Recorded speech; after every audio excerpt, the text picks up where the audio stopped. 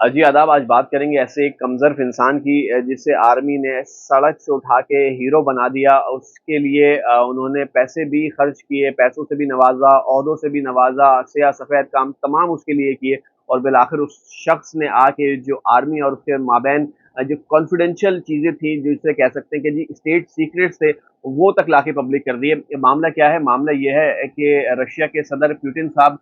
को एक रेस्टोरेंट वाला बड़ा पसंद आया, उसके बाद उसको नवाज़ा गया। जो रेस्टोरेंट वाला आजकल बड़े खबरों के अंदर भी है, ना सिर्फ ये अब रेस्टोरेंट्स के मालिक हैं, मीडिया हाउस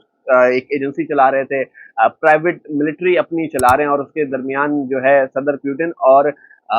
ये प्रॉक्सिन साहब जो कि कंपनी जो चला रहे हैं, जो मिलिट्री कंपनी है उसका नाम है वैगनार। और ये ग्रुप ना सिर्फ रशिया के अंदर रशिया के साथ-साथ इसने ख़ुसूसी तौर के ऊपर जहाँ पे ये बहुत ज़्यादा हाइलाइट हुआ है, माली के अंदर बहुत ज़्यादा हाइलाइट हुआ है, जहाँ पे इसने बड़ी ह्यूमन राइट्स वायलेशन की, सेवरल हंड्रेड्स लोगों को उन्होंने बेदर्दी से कत्ल किया। इसके अलावा जो यूक्रेन के अंदर जंग है, उसके अंदर भी फ्रंट फोर्स रहे, जितनी शुरू के अंदर जितनी फतवाहत हुई, वो इसी ग्रुप ने की और आखिर के अंदर ये ही जो प्रोक्सिन साहब हैं, ये पुतिन के मद्दे मुकाबले आके खड़े हो गए और उन्होंने कह लें कि जी बगावत का ऐलान किया, मिलिट्री रोड्स पर आ गई, इन्होंने भी शहरों के ऊपर कब्ज़े करने की कोशिश की।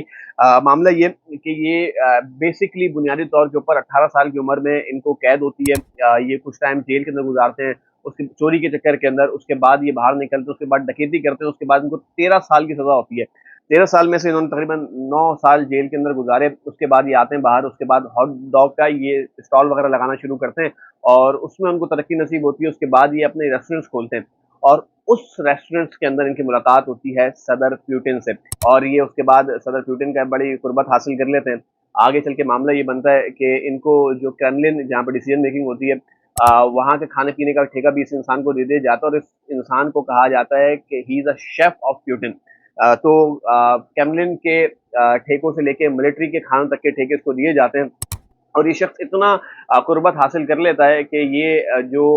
कह लें कि जी एक आईआरए यानी कि इंटरनेट रिसर्च एजेंसी भी बनाता है। ना सिर्फ ये इंटरनेट रिसर्च एजेंसी बनाता है बल्कि इसके साथ-साथ वो अपनी प्राइवेट मिलिट्री भी बना लेता है और जो इस वक़्त ऑफ़र कर रही है जो जेल के कैदी हैं कि आएँ हमारे साथ 6 माह तक जंग लड़ें यूक्रेन के अंदर, उसके बाद हम आपको जो आपका क्रिमिनल रिकॉर्ड है वो ख़त्म हो जाएगा, आपको जेल से आज़ादी नसीब हो जाएगी। हालाँकि ये काम करना ग़ालिबन गैर कानूनी है लेकिन उसके बावजूद उनको इस चीज़ की इजाज़त रही और आखिर में आके इन्होंने कह लें कि जी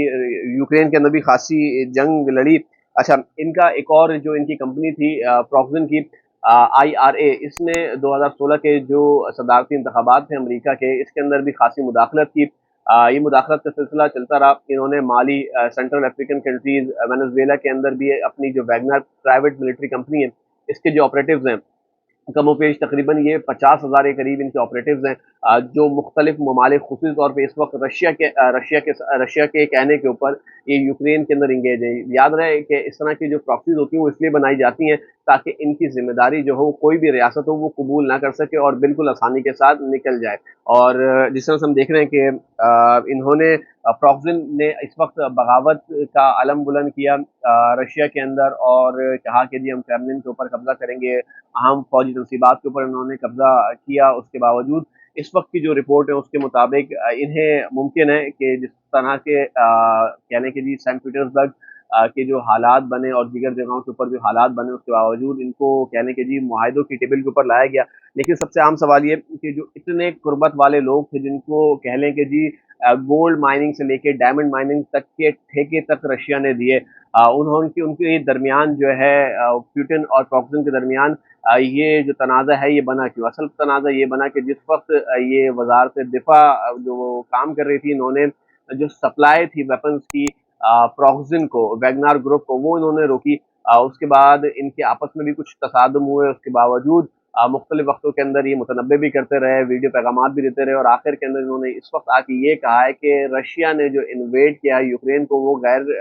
कानूनी था और गैर ज़रूरी था क्योंकि असल में नेटो की कोई थ्रेट नहीं थी यानी कि यूक्रेन का नेटो ममालिक के साथ मिल के रशिया के ऊपर हमला करने का कोई इरादा नहीं था। वो ये कह रहे हैं कि जी जो वज़ारत-ए-दिफ़ा है वो पुतिन साहब को गलत ब्रीफ़ करती रही है, जो इन्फॉर्मेशन देती रही वो गलत इन्फॉर्मेशन देती रही। हालाँकि जो प्रॉक्सिन साहब हैं बुनियादी तौर के ऊपर इन्होंने 2016 के जो इंतखाबात थे उसमें कह लें कि जी बड़ी किस्म की कह लें कि लोगों की जो राय आमा है, जिसे हम पाकिस्तान के अंदर भी फिफ्थ जनरेशन वॉर कह रहे होते हैं, मिस इन्फॉर्मेशन डिस इन्फॉर्मेशन वहाँ प्रोवाइड की, मुख्तलिफ किस्म के वीडियो कंटेंट के साथ, ब्लॉग के साथ उन्होंने मिस इन्फॉर्मेशन दी और जिसको हथियार बनाया वो मीम्स थे। इन्होंने मीम्स बनाना शुरू किए, मुख्तलिफ जो अमरीकी कैंडिडेट्स हैं उनके खिलाफ। तो बहरहाल ये नतीजा निकला, तो इसलिए कहते हैं कि भैया किसी भी जगह के ऊपर कमज़र्फ़ इंसान का इंतखाब ना किया जाए, क्योंकि उसके बाद जो है वो जिस वक़्त साथ चलता रहता है, ठीक रहता है, उसके बाद उसमें आके अलम बगावत ही बुलंद करता है और शायद उसके फिर नताइज जो होते हैं, जिन्होंने उसको बनाया होता है, उनके लिए भी बहुत ज़्यादा ठीक नहीं होते। तो ये बात थी रशिया की, जनाब पुतिन साहब और प्रोक्सिन साहब की जो कंपनी है वैगनार, ये तकरीबन जिसमें मैंने पहले बताया 50,000 से ज़ायद मिलिटेंट इनके पास है।